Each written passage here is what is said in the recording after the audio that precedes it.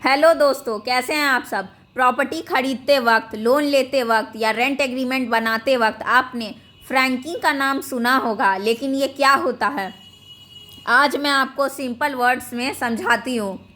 Franking का मतलब है डॉक्यूमेंट पे एक ऑफिशियल स्टैंप लगाना जो दिखाता है कि आपने स्टैंप ड्यूटी गवर्नमेंट को पे कर दिया है।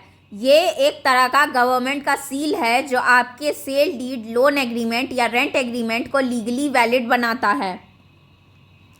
अब सवाल है, ये इतना इम्पोर्टेंट क्यों है। इंडियन स्टैम्प एक्ट 1899 के हिसाब से जो भी डॉक्यूमेंट स्टैम्प ड्यूटी अट्रैक्ट करता है उसको प्रॉपरली स्टैम्प्ड होना ज़रूरी है।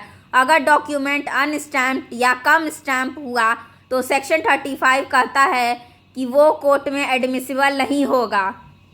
मतलब आपने प्रॉपर्टी खरीदी और फ्रैंकिंग नहीं हुई तो कल का आपका ओनरशिप ही चैलेंज हो सकता है।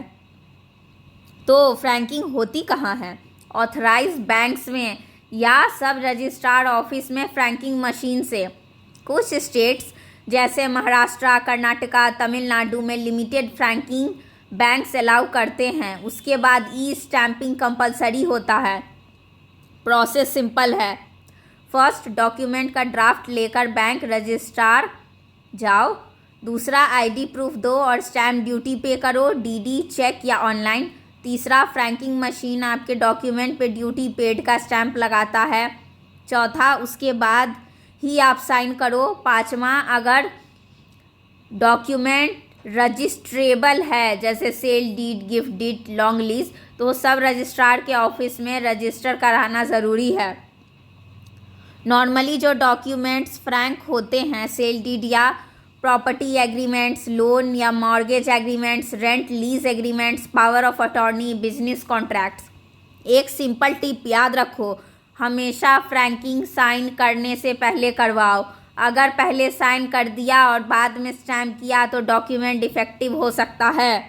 इन शॉर्ट, फ्रैंकिंग ही आपके लीगल डॉक्यूमेंट को शक्ति देता है। आपने कभी फ्रैंकिंग करवाई है? कैसी लगी प्रोसेस? इजी या कंफ्यूजिंग? कमेंट में बताना और ऐसी ही लीगल अवेयरनेस के लिए फॉलो करना मत भूलना।